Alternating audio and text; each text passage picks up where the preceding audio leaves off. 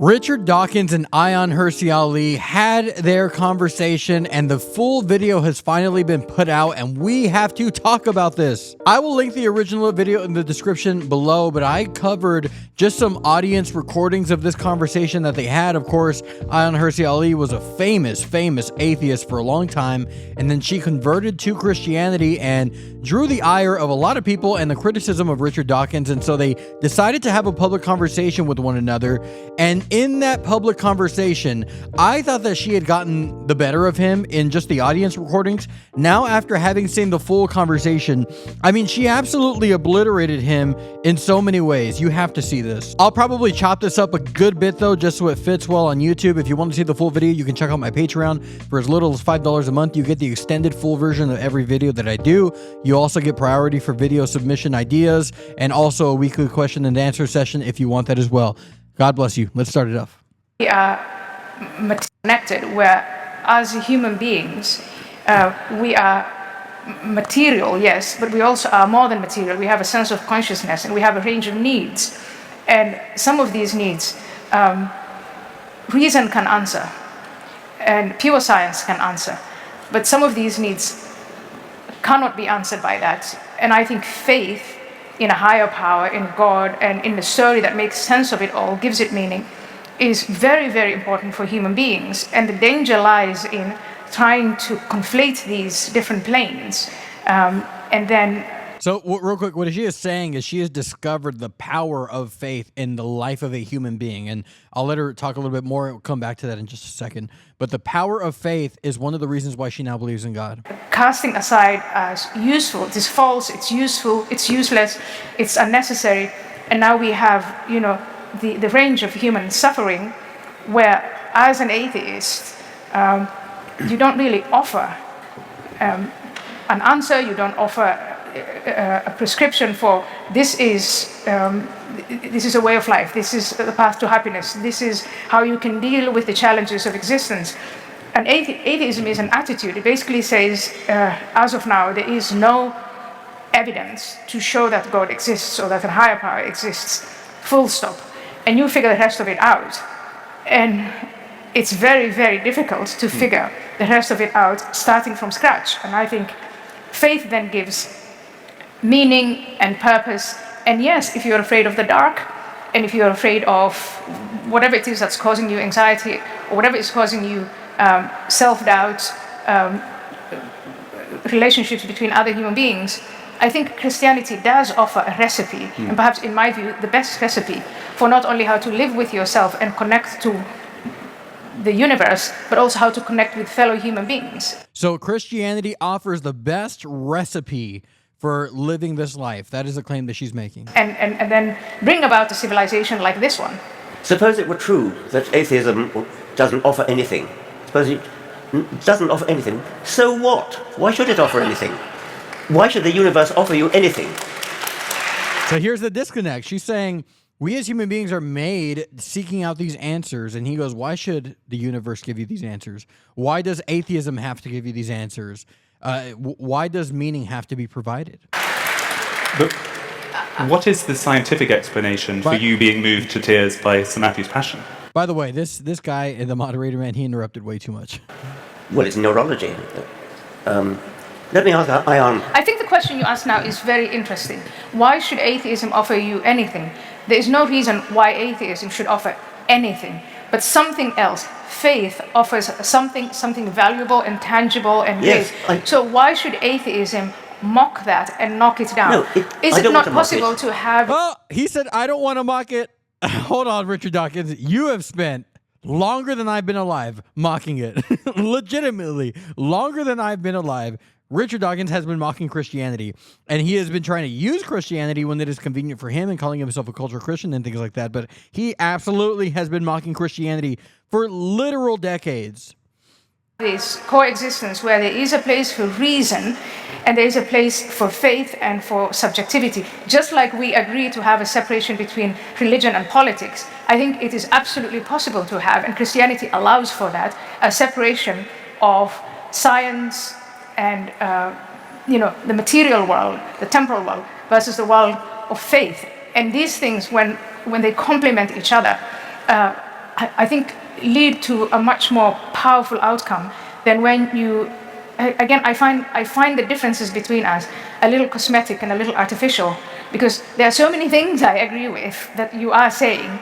Okay, so I love so much what she is saying here. She is essentially saying atheism offers nothing, and Christianity offers a lot. In fact, you can't cast Christianity aside like Richard Dawkins and she in the past has done, because atheism doesn't work for humans. So the thing that you are casting it aside for actually under-delivers and delivers less compared to what you were casting aside.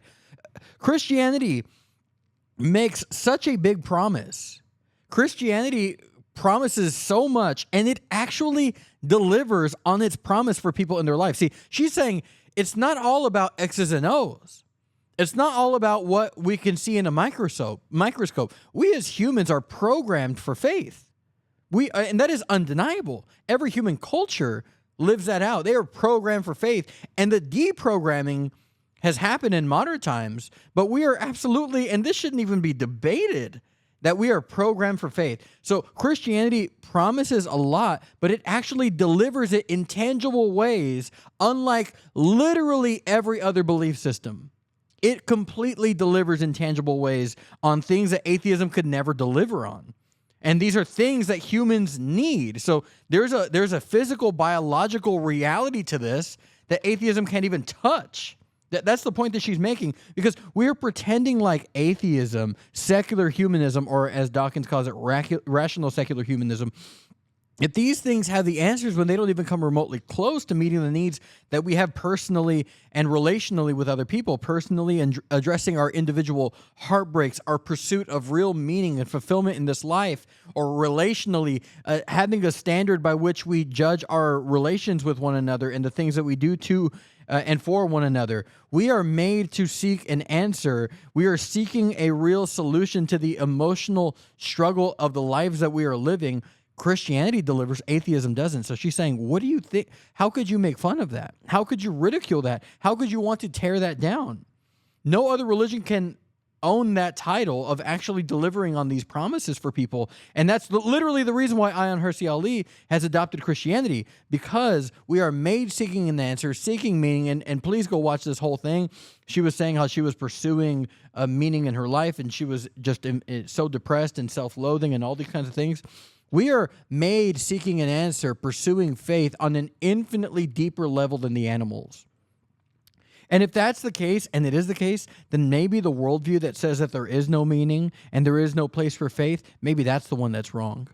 Maybe that's the one that should be cast aside. Or at the very least, that is the belief system that is so woefully incomplete, it can't be taken as seriously as Christianity. Now Richard Dawkins is going to be pressed on what he offers, what his belief system offers to the world in comparison to Christianity. And notice how he gets obliterated here too. No one even seems to have woken up to the idea. There is a condemnation of wokeism, which you do. You condemn the woke and the mind virus of the woke. You condemn radical Islam. But I think, what do we then have to offer to these young people who are seeking something? Rational secular humanism.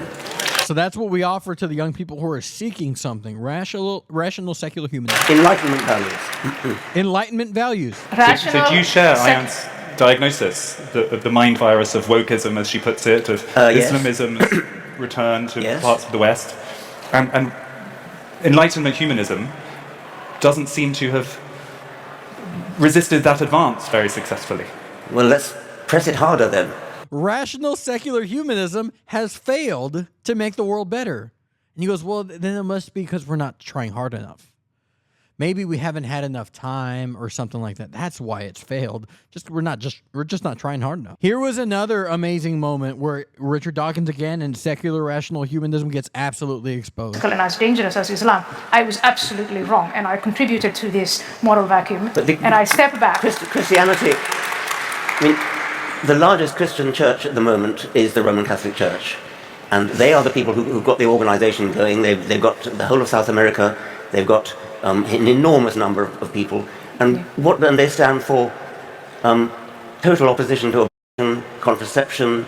This is not a good organization for morality. I think that So he uses the Catholic Church as an example and their opposition to things like abortion and contraception. He says, look at how horrible that is. It's so immoral. It's so funny. Upon what standard is that immoral? Oh, it's immoral on the standard of rational secular humanism? You mean the one, and he says this in this video, I didn't have time to show you the clip, the one that changes constantly by his own admission? That's the standard that we're judging this off of? That's a standard that we should listen to? The one that he has to admit is still incomplete? He thinks that he can speak with bass in his voice about morality when his own worldview is still in development. That's literally what he's saying. Again, it's so crazy for me that people who adopt these kinds of mindsets can talk the way they talk as if everyone else except for them is dumb, and their worldview isn't even complete by their own admission. the challenge to you is if you say the Catholic Church or the Anglican Church or any of the other Christian churches are either, in terms of your words, either nonsensical or immoral or useless, or regardless of however you characterize them, if you don't have an alternative, and I think from at least the last 5 or so decades, we see that no alternative has been established. Again, the assumption was reason and enlightenment and humanism is simply going to emerge from education. The higher your level of education, the more reasonable you are. Now, what we see on display in our universities is the very opposite. That is a moral crisis. Do you accept that? Well, So rational secular humanism has caused a moral crisis. you seem to be saying that the organization isn't there. I mean, we need a church of humanism or something like that. I've never been in favor of that kind of thing, but... He's just saying we're just not trying hard enough. Do you accept the observation that Ayan is making? Do you think that's true, that having expected enlightened humanism to take the space if religion receded, that didn't happen? I was never that optimistic. I mean, I never thought we were going to have a sort of brave new world of enlightened humanism. I was just interested in the truth. Oh, man, that's a big admission. Richard Dawkins here has admitted that the atheist movement objectively has contributed to moral crisis. That the atheist movement has legitimately made the world worse, because he is lamenting how bad the world is as Christianity gets taken out of number one.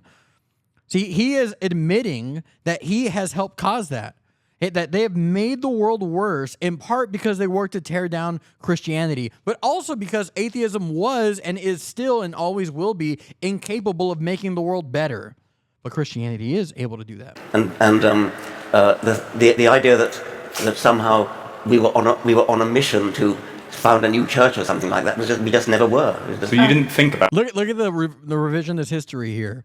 I mean, we were just kind of putting the truth out there. That's all we were doing. We're just throwing the truth out there, and hopefully people would like the truth. But I mean, either way, we didn't think anything would really happen. We didn't think that this would be the thought process. Really? Really, you expect us to believe that kind of revisionist history? Yeah, Dawkins said secularism, then Christianity, and then whatever else in order of moral good for society. Secularism is far weaker by basically every meaningful metric. And Ayan essentially is making the argument that for her, there is so much more reason to believe in God than any other thing, particularly than atheism and Islam, because Christianity actually delivers. And the fact that it delivers is actually evidence for the truth of it. Because it has, at the very least, more answers than atheism, more answers that tangibly deliver for people and their physical and spiritual emotional needs. Forget spiritual, physical and non-physical things like emotions, those kinds of needs. It actually delivers way more than atheism does. So there is far more reason for you to believe in God than for you to reject God. But let me know what you think. Watch this whole thing. It was amazing. Like the video, subscribe to the channel, consider supporting us on Patreon. God bless you. I will talk to you soon. Goodbye.